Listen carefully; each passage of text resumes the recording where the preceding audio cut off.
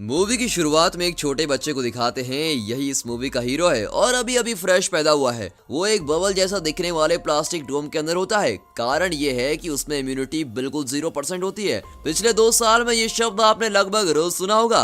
रोग से लड़ने के लिए शरीर में जो क्षमता होती है उसे इम्यूनिटी कहते हैं और ये पैदाइशी क्षमता होती है। जब हमें बुखार या कोई रोग होता है तो हमारा शरीर इस इम्यूनिटी की मदद से उस रोग के कीटाणु को खत्म कर देता है और हमें बचाता है। पर इस बच्चे में बिल्कुल भी इम्यूनिटी नहीं होती, इसलिए उसे एक प्लास्टिक डोम के अंदर रखा होता है ताकि उसे कोई भी कीटाणु अटैक न कर सके। गलती से भी उसके शरीर में अगर कोई बैक्टीरिया वायरस घुस गया तो उसकी बहुत बुरी हालत हो सकती है, तो उसे हमेशा इस सुरक्षा कवच के अंदर रखा जाता है। इस बच्चे का नाम है जिमी। कट करके दिखाते हैं कि जिमी अब 4 साल का हो गया है और अब पहली बार अपने घर आ रहा होता है। 4 साल तक वो शायद हॉस्पिटल में ही पल रहा था। डोम के अंदर रखकर ही उसे घर भी लाते हैं। जब उसे गाड़ी से उतारते हैं तो वहाँ कुछ बच्चे खेल रहे होते हैं। गलती से उनकी बॉल जिमी की ओर आ जाती है। तब उसकी माँ बॉल को पकड़कर देखिए तो क्या कर रही है, बॉल को पंचर कर देती है और अपने बेटे की सेफ्टी को लेकर वो बहुत ही सीरियस होती है। कट करके दिखाते हैं कि जिमी को घर के अंदर ले आए हैं। तब जाकर वो चैन की सांस लेती है कि चलो किसी तरह इसे सेफली घर ले आए।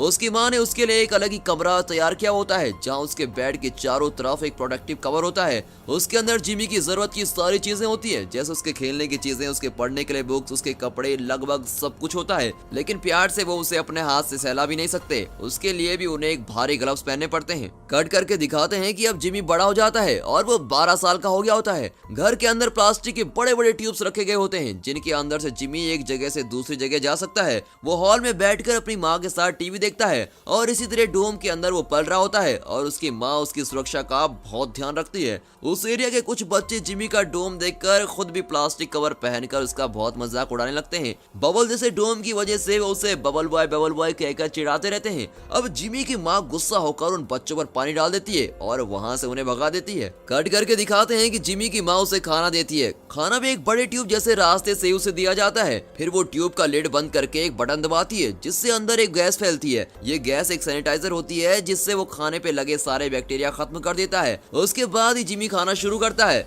अब इस डोम के अंदर वो कुछ और साल गुजारता है। कट करके दिखाते हैं कि अब वो 18 साल का जवान हो गया होता है। एक दिन वो मजे से गिटार बजाकर गाना सुन रहा होता है। अब कट करके दिखाते हैं कि उसी वक्त उसके पास वाले घर में एक नई फैमिली आती है। उनके घर में जिमी की उम्र वाली एक लड़की भी होती है और वही इस मूवी की हीरोइन क्लोई है। उसे देखकर अपने जिमी की तो नींद ही उड़ जाती है। उसका लव एट फर्स्ट साइट हो जाता है। वो रोज अपनी खिड़की से उसे देखने लगता है और इसी तरह वो एक दिन देख रहा होता है कि क्लोई अचानक से उसे मुड़कर देख लेती है। फिर क्या, वो वही करता है जो इस सिचुएशन में सभी लड़के करने लगते हैं। वो खिड़की साफ करने की एक्टिंग करने लगता है।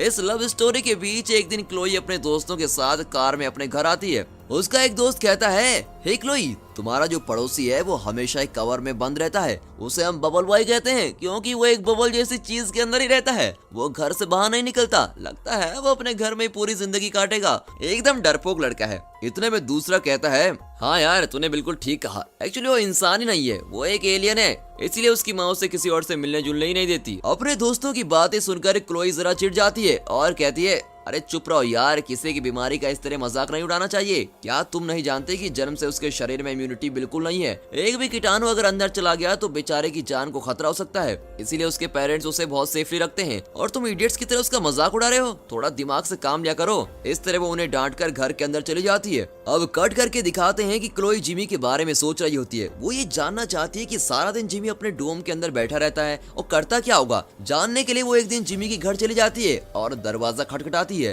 कट करके दिखाते हैं कि जिमी के डैड दरवाजा खोलते हैं। वो कोई इंटरेस्टिंग सी किताब पढ़ रहे होते हैं और उनका ध्यान क्लोई की तरफ बिल्कुल नहीं जाता। दरवाजा खोलकर वो चले जाते हैं। अब क्लोई सीधे जिमी के कमरे में जाती है। वहाँ का माहौल देखकर वो तो हैरान रह जाती है कि ये सब कुछ है क्या। क्लोई को वहाँ देखकर जिमी भी चौंक जाता है क्योंकि वो पहली बार अपनी उम्र की किसी लड़की को देख रहा होता है। वो तो एकदम फ्रीज हो जाता है। लेकिन क्लोई जिमी को अजूबे की तरह नहीं देखती। वो जिमी को नॉर्मल लड़का मानती है और उसी तरह उसके साथ बिहेव करती है। दोनों बहुत मजे से बातें करते हैं और हंसी मजाक चल रही होती है। कुछ देर बाद क्लोई विदा लेती है और कहती है, तुमसे मिलकर मजा आया, तो फिर कल मिलेंगे। और ये कहकर वो चली जाती है। उसके जाने के बाद जिमी की माँ उसके डोम का कवर खूब क्लीन करती है और सैनिटाइजर से पूरा साफ करती है। उसे इस बात का डर होता है कि क्लोई के मुंह से या नाक से निकले हुए कीटाणु इस पर न लग गए हो, और अगर लग गए हो तो वो जिमी को अटैक कर सकते हैं, इसीलिए वो उसको अच्छे से साफ कर रही होती है। अगले दिन क्लोई फिर वहाँ आती है और जिमी से खूब बातें करती है, दोनों बहुत घुल मिल जाते हैं। अब जिमी उसे गिटार बजाना भी सिखाता है। इसी तरह जिमी अपनी नई फ्रेंडशिप बहुत ही एंजॉय कर रहा होता है। एक दिन क्लोई जिमी के घर आती है और उसके साथ एक लड़का भी होता है। क्लोई उसे इंट्रोड्यूस करती है और जिमी से कहती है ये मार्क है और एक बहुत ही बड़ा सिंगर है और मैं इसी से शादी करने वाली हूँ। बस ये सुनकर जिमी का तो दिल ही टूट जाता है, क्योंकि वो क्लोई से मिलने के बाद उससे बहुत प्यार करने लगा था, पर अब उसे किसी और के साथ देखकर वो बहुत ही दुखी हो जाता है।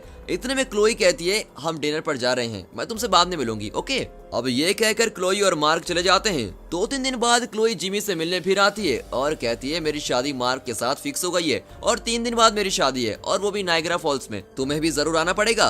ये सुनकर जिमी मायूस हो जाता है और उसे फ्रस्ट्रेशन होने लगती है और गुस्से में न जाने वो क्लोई को क्या क्या कह जाता है। क्लोई समझ नहीं पाती कि वो अचानक इस तरह क्यों बिहेव कर रहा है। उसके गुस्से की वजह को भी वो नहीं जानती और वो भी अपसेट होकर वहाँ से चली जाती है। उसके जाने के बाद जिमी उसे भूल नहीं पाता। तब वो हमारे फिल्मी हीरो की तरह फैसला करता है कि किसी भी तरह मैं उसकी शादी को रोक दूंगा, पर वो अपने डोम से बाहर तो निकल नहीं सकता। फिर वो क्लोई के पास और वो भी नायग्रा फॉल्स कैसे पहुंचेगा? और इतना ही नहीं, उसके तो कोई दोस्त भी नहीं होते जो उसकी मदद कर सके। पर जिमी बहुत ही इंटेलिजेंट होता है। वो एक ऐसा सूट डिजाइन करता है जिससे उसकी बॉडी को प्रोटेक्शन मिल सके और जिसे वो पहनकर घूम फिर सके। अब लड़की के चक्कर के कारण वो उसी रात उस सूट को तैयार कर लेता है और सुबह होते ही वो बिना किसी को बताए घर से निकल जाता है। उसके पेरेंट्स को पता चलता तो वो उसे बाहर जाने के लिए कभी अलाउ नहीं करते और इसी वजह से वो चुपचाप वहाँ से निकल जाता है। कट करके दिखाते हैं कि वो बाहर की दुनिया में पहली बार कदम रखने चला गया और उसका चेहरा और मन दोनों ही खिल जाते हैं। 18 साल से वो घर के अंदर ही बंद था और घर से बाहर निकलकर उसका खुशी का ठिकाना नहीं होता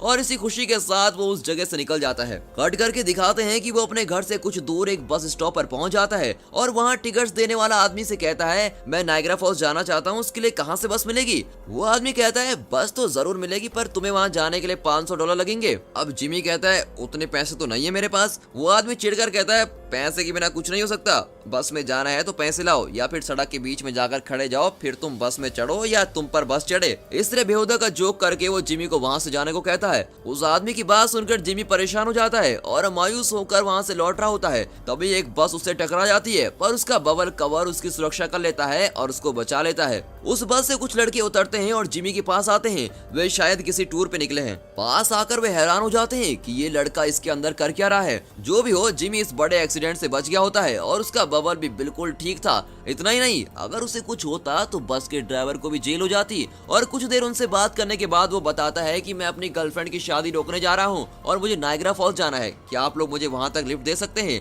लड़के कहते हैं अरे वाह, व्हाट अ कोइंसिडेंट, हम भी तो उसी ओर जा रहे हैं, हम तुम्हें वहाँ जरूर ले जाएंगे। जिमी बहुत ही खुश हो जाता है। फिर वे जिमी को अपने बस में लेके जाते हैं और बस के अंदर सब खुश हो जाते हैं और उन लोगों का नाच गाना चल रहा होता है। अब कट करके दिखाते हैं कि घर में जिमी की माँ उसके लिए नाश्ता लेकर आती है, पर जिमी को वहाँ ना पाकर वो चिल्लाने लगती है और सारा घर सर पे उठा लेती है। कट करके फिर जिमी को दिखाते हैं जो उन लड़कों के साथ मजे में बस में जा रहा होता है। उस ग्रुप की एक लड़की से वो कहता है हे तुम बहुत सुंदर हो, मेरे साथ चलोगी? ये सुनकर उस लड़की को अजीब लगता है और जिमी का कोई फ्रेंड नहीं होता और वो जानता ही नहीं कि दूसरों से कैसी बात करनी चाहिए। उसकी बात करने का तरीका उन लोगों को अजीब लगता है। वो लड़की अपने साथियों से कहती है कि ये लड़का मुझे ठीक नहीं लग रहा, ये मुझे अपने साथ चलने को कह रहा है। इस बात से चिढ़कर उस ग्रुप के लड़के जिमी को रास्ते में ही बस से उतार डालते हैं और उस रेगिस्तान जैसी जगह पर वो बेचारा अकेला पड़ा है। कट करके जिमी की मॉम को दिखाते हैं जो पुलिस को फोन करती है और बताती है कि मेरा बेटा लापता हो गया है, प्लीज उसे ढूंढ लीजिए। कट करके जिमी को दिखाते हैं उसकी समझ में नहीं आता कि उसकी किस गलती के कारण उन लोगों ने उसे बस से बाहर डाल दिया।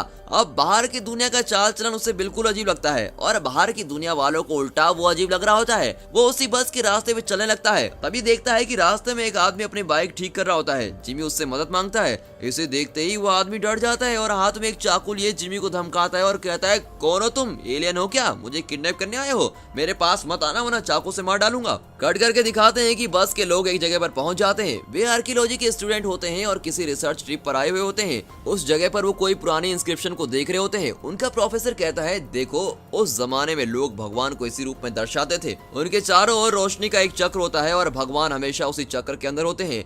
ये सुनकर वे चौंक जाते हैं क्योंकि वे उसी रूप में अभी भी एक लड़के को देख कर आए थे। वे सोचते हैं तो भगवान ने ही हमसे लिफ्ट मांगी थी और अनजाने में हमने उसे मार मार कर बस से नीचे ढकेल दिया।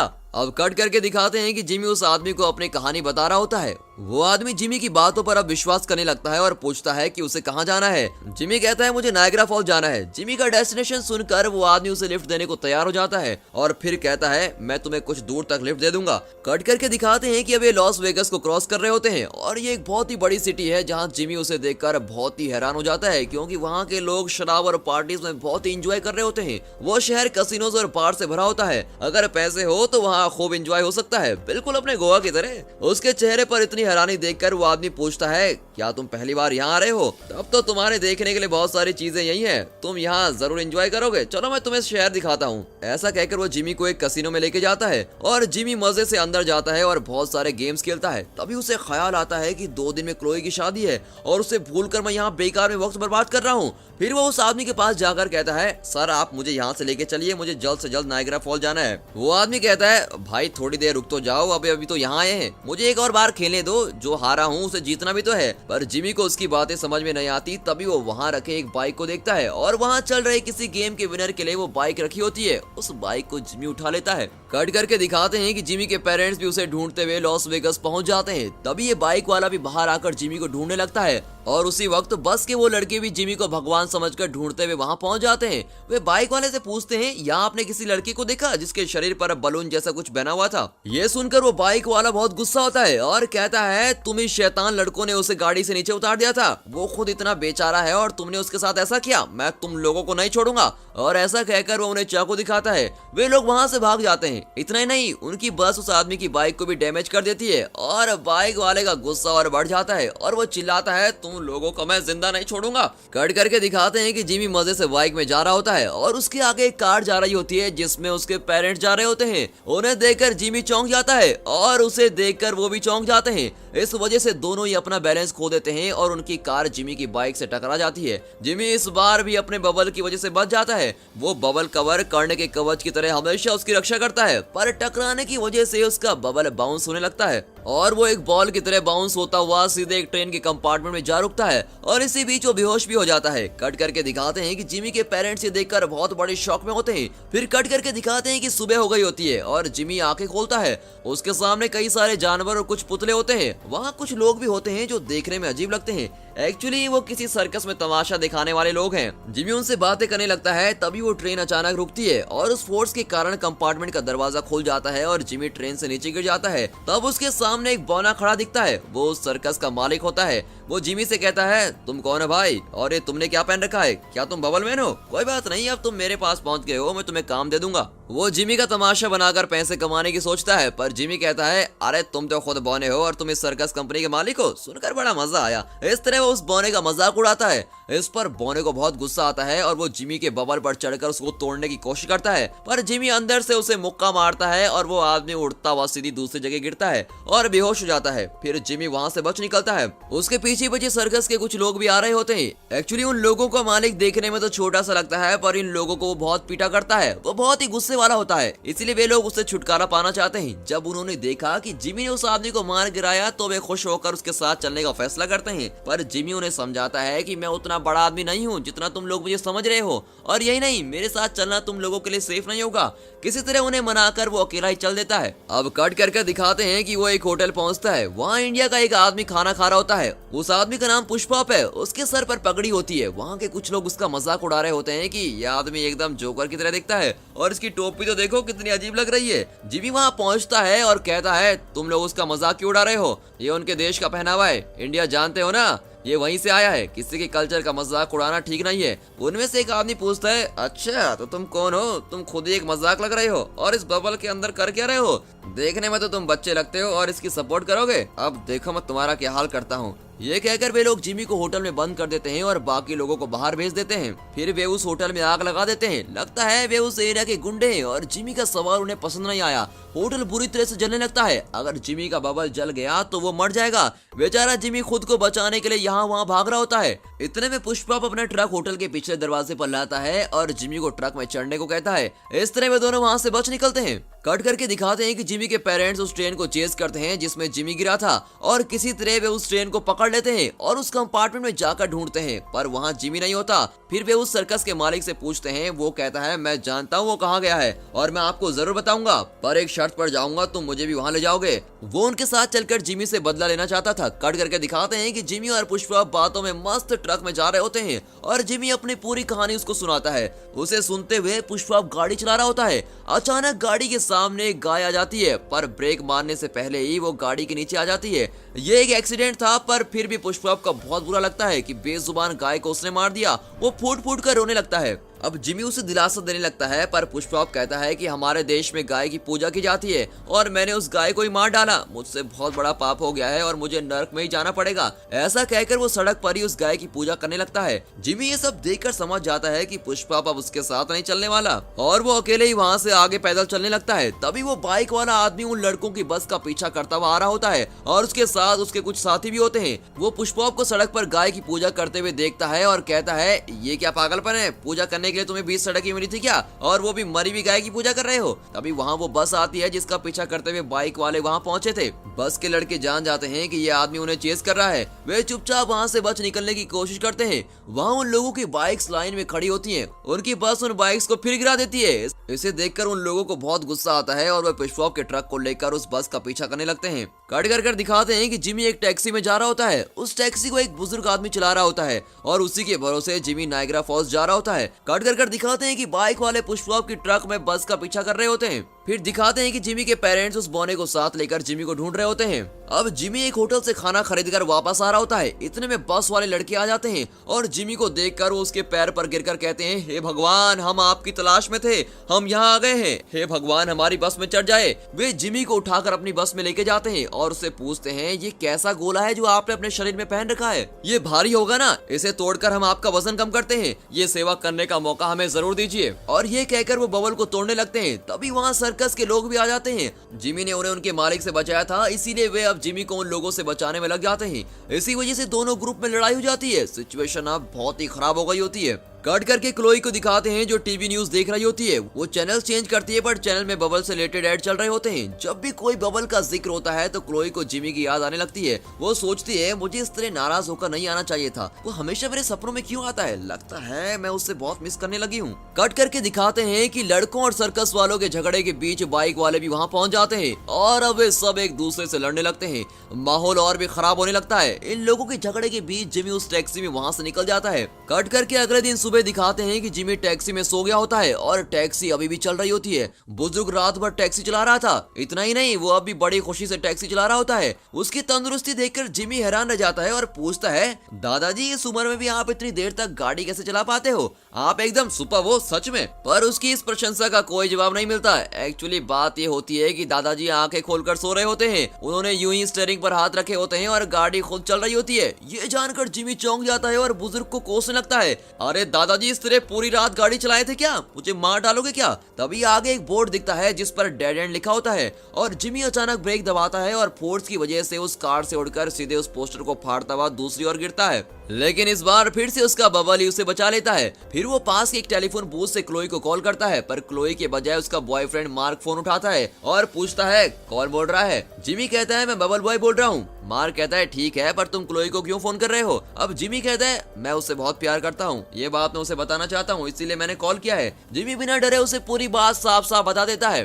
अब ये सुनकर मार्क को गुस्सा आता है और कहता है, अबे इतनी हिम्मत आ गई तुझमें, मैं क्लोई से शादी करने वाला हूँ और तुम हमारी शादी को रुकवाने आए हो। तुम मेरे बारे में नहीं जानते, अगर तुम यहाँ नजर आए तो तुम्हें जिंदा नहीं छोड़ूंगा। और तुम उससे शादी करके करोगे क्या तुम उसे खुश रख पाओगे, तुम उसे छू भी नहीं पाओगे। अपने बलून से बाहर निकलते ही तुम मर जाओगे, तुम में तो जरा भी इम्यूनिटी नहीं है और तुम शादी करके करोगे क्या, तुम्हारे बच्चे कैसे होंगे। प्रैक्टिकली सोचने की कोशिश करो, तुम जानते हो ना वो कभी नहीं होगा। मैं तुम्हें एक एडवाइस देता हूँ, तुम क्लोई को पूरी तरह से भूल जाओ और घर वापस लौट जाओ। इतना कहकर वो कॉल कट कर देता है। उसकी बात सुनकर अब जिमी सोचने लगता है कि मार्क बिल्कुल सही कह रहा था, मेरे प्यार सच्चा है, पर मुझे शादी, बाल बच्चे और फैमिली के बारे में सोचना नहीं चाहिए। इस रियलाइजेशन के बाद वो अपनी माँ को फोन करके अपना लोकेशन बताता है और कहता है, मुझे पिकअप करने के लिए आ जाओ। फिर वो बूथ से बाहर आकर बैठ जाता है और बहुत दुखी होता है। कुछ देर में उसके पेरेंट्स उस जगह पर आकर जिमी के पास पहुंच जाते हैं। उसकी माँ बहुत रोती है और कहती है, बेटा इस तरह बिन बताए घर से क्यों निकला है? ये दुनिया तुम्हारी तरह मासूम नहीं है, तुम यहाँ अकेले खुद को नहीं संभाल पाओगे।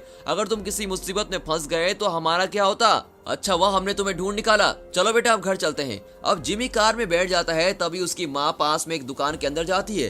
जिमी की उदासी देखकर उसके पापा पूछते हैं, इतना मायूस होने की क्या बात है बेटा? जिमी कहता है, मैंने अपनी लाइफ में पहली बार एक लड़की को देखा और मैं चाहता हूँ कि वो पूरी लाइफ मेरे साथ रहे, पर मैं अपना सपना पूरा नहीं कर सकता क्योंकि मुझ में इम्यूनिटी तो है ही नहीं, और जब मैं खुद बबल से बाहर नहीं आ सकता तो उसको पूरी लाइफ कैसे खुश रख पाऊंगा? इस तरह वो अपने दिल की सच्चाई बता रहा होता है। उसके पापा कहते हैं, बेटा अगर इंसान कोई फैसला ले ले और उस फैसले पर डटा रहे तो इस दुनिया में कोई भी ताकत उसे रोक नहीं पाएगी। तुम खुद पे विश्वास रखो, तुम उस लड़की के साथ रहना चाहते हो ना, तो फिर हिम्मत से काम लो, तुम्हें कोई नहीं रोक पाएगा और तुम्हें कुछ भी नहीं होगा। इस तरह उसके पापा उसे खूब मोटिवेट करके वहाँ से चले जाते हैं। अब जिमी को अपने पर पूरा विश्वास होता है। उसकी माँ वापस आकर देखती है कि जिमी वहाँ होता ही नहीं। इतना ही नहीं, उसके पापा खुशी से हंस रहे होते हैं। कट कर दिखाते हैं कि जिमी तेजी से दौड़ रहा होता है, पर उसके ठीक पीछे कार में उसकी माँ चिल्लाती भी आती है कि बेटा रुक जाओ, इस तरह हमें छोड़कर फिर से मत जाओ। तभी बस भी वहाँ आ जाती है और उसके अंदर से लड़के चिल्ला रहे होते हैं कि हे भगवान आप कहाँ जा रहे हैं, प्लीज रुक जाइए।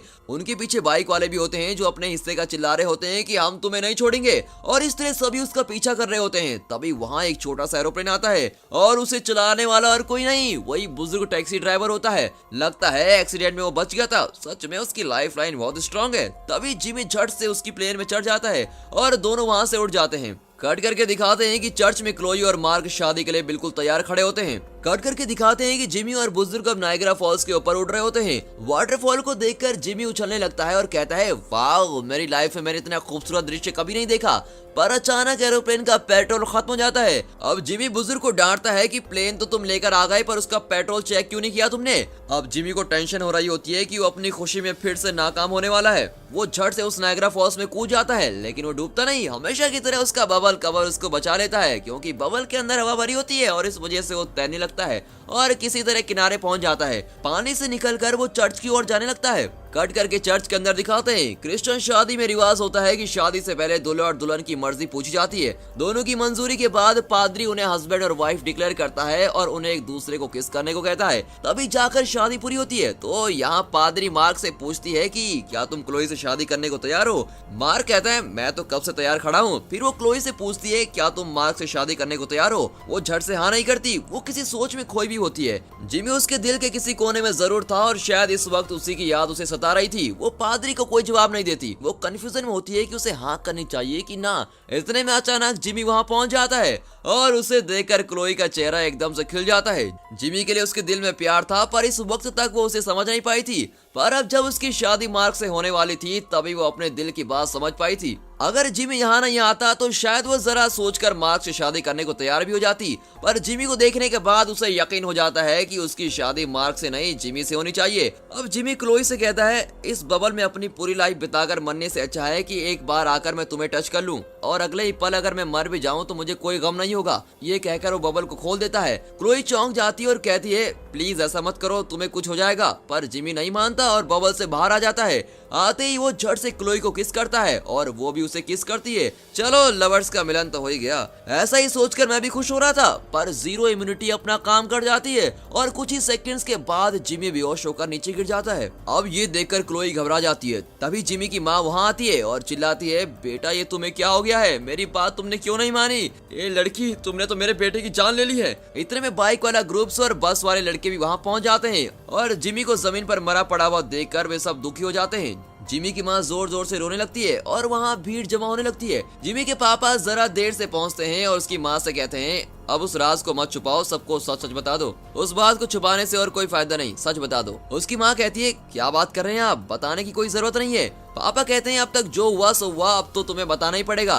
तभी जिमी की माँ उसे जगाती है और कहती है, बेटा उठ जाओ, तुम मरे नहीं हो, बिल्कुल जिंदा हो। बबल से बाहर आने से तुम्हें कुछ नहीं होगा, अब तुम उठ जाओ। और ये कहकर वो उसके गाल थपथपाती है। जिमी आंखें खोलता है, अरे ये क्या, अभी तक तो इसे मर जाना चाहिए था, ये उठा कैसे? हमारे ही तरह वहाँ खड़े लोग भी ये सोचकर चौंक जाते हैं। तब उसकी माँ इस क्लाइमेक्स को और भी खतरनाक बना देती है और कहती है, बेटा 4 साल की उम्र तक तो तुम्हारी इम्यूनिटी बिल्कुल जीरो थी, पर जैसे जैसे तुम बड़े होते गए वैसे वैसे तुम्हारे शरीर में इम्यूनिटी बढ़ने लगी। अब तुम्हारे शरीर में भरपूर इम्यूनिटी है, पर हमने तुमसे ये बात छुपाई रखी क्योंकि मैं चाहती थी कि तुम हमेशा मेरे पास ही रहो, हमेशा मेरी छाया में ही सुरक्षित रहो। मुझे डर था कि बड़े होकर तुम मुझसे दूर चले जाओगे, इसलिए मैंने तुमसे ये बात छुपा कर रखी। तुम्हें इस तरह बबल के अंदर रखने के लिए मुझे माफ कर दो बेटा, हद से ज्यादा प्यार ही इसका कारण है। ये सब सुनकर जिमी को बहुत गुस्सा आता है, पर वो ये भी अच्छी तरह समझता है कि उसकी माँ उससे बहुत प्यार करती है और इसीलिए उसने ऐसा किया था। वो अपनी माँ को गले लगाता है और कहता है, कोई बात नहीं माँ, तुम प्लीज रोना मत। और वहाँ खड़े सभी लोग ये जानकर बहुत ही खुश होते हैं कि जिमी बिल्कुल ठीक है। फिर क्या, उस चर्च में क्लोई और जिमी खुशी खुशी शादी कर लेते हैं।